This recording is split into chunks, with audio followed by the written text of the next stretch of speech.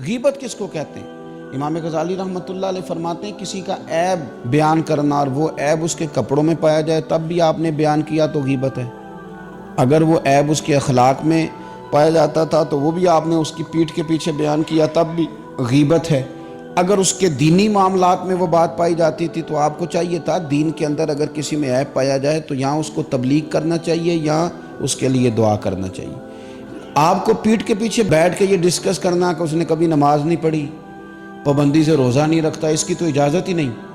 اگر آپ کو نظر آ گیا تھا کہ یہ خامی ہے تو یہاں حکم یہ تھا کہ جا کے تبلیغ کرتے یا اس کے لیے دعا کرتے یا سمجھاتے کہ بھائی صحیح ہو جا۔ لیکن بیٹھ کے ہم نے عیب جوئی کی، کسی بھی جگہ بیٹھ کے کسی شخص کے عیب بیان کرنا اور پیٹھ کے پیچھے بیان کرنا یہ اس کی غیبت ہے۔ صحیح مسلم شریف میں حضرت ابو ہریرہ رضی اللہ تعالیٰ عنہ فرماتے ہیں کہ نبی پاک صلی اللہ تعالیٰ علیہ وسلم نے صحابہ سے فرمایا تم جانتے ہو غیبت کیا ہے؟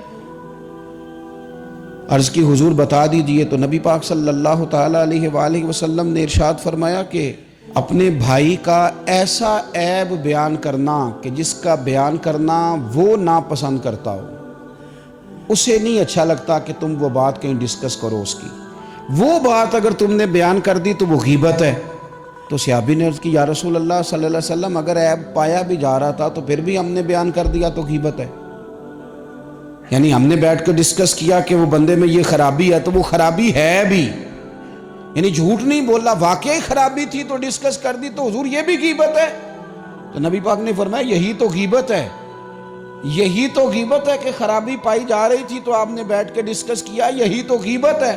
اور فرمایا اگر خرابی نہیں پائی جا رہی تھی اور پھر تم نے وہ بیان کر دی وہ تو غیبت نہیں، وہ تو بہتان ہے، وہ تو تم نے الزام لگایا، وہ تو بہتان ہے، اس کی تو الگ سے سزا ہے۔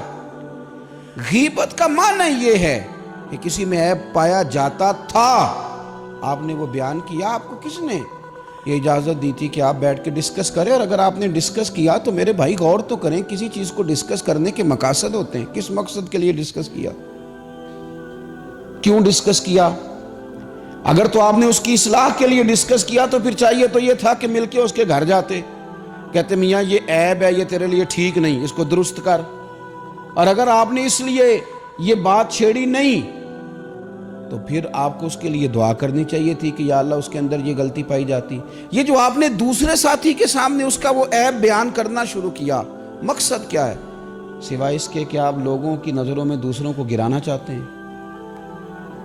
ہمارے محدثین فرماتے ہیں کہ یہ جو اتنا سخت حکم لگایا گیا نا، قرآن پاک نے کہا جس نے غیبت کی اس نے مرے ہوئے بھائی کا گوشت کھایا، اور حدیث میں فرمایا گیا کہ غیبت زنا سے بھی زیادہ برا کام ہے، زنا سے بھی زیادہ۔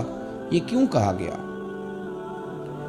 غیبت کی اتنی مذمت کیوں کی گئی؟ میرے نبی پاک علیہ السلام نے کعبے کی طرف دیکھ کے فرمایا تھا، ترمذی میں موجود ہے، فرمایا کعبے تیری بڑی عزت ہے پر میرے مومن کی عزت اللہ کی بارگاہ میں کعبے سے بھی زیادہ ہے۔ جس کی اتنی زیادہ عزت تھی، جس کا اتنا زیادہ اکرام تھا، رب کی نظر میں اتنی عزت تھی، اس کی تم نے عیب جوئی شروع کر دی، تم نے بیٹھ کر اس کی غیبتیں کی، تم نے اس کے بارے میں بڑے بڑے غلط فکرے بولے، دوسروں کو بھی دعوت دی۔ تمہارا ذہن تو اس کے بارے میں خراب تھا ہی، بہت سارے لوگوں کا ذہن خراب کر دیا اس کے بارے میں، جس کی عزت رب کریم کی نظر میں کعبے سے بھی زیادہ ہے۔ اور حضور کی نظر میں کیا عزت ہے؟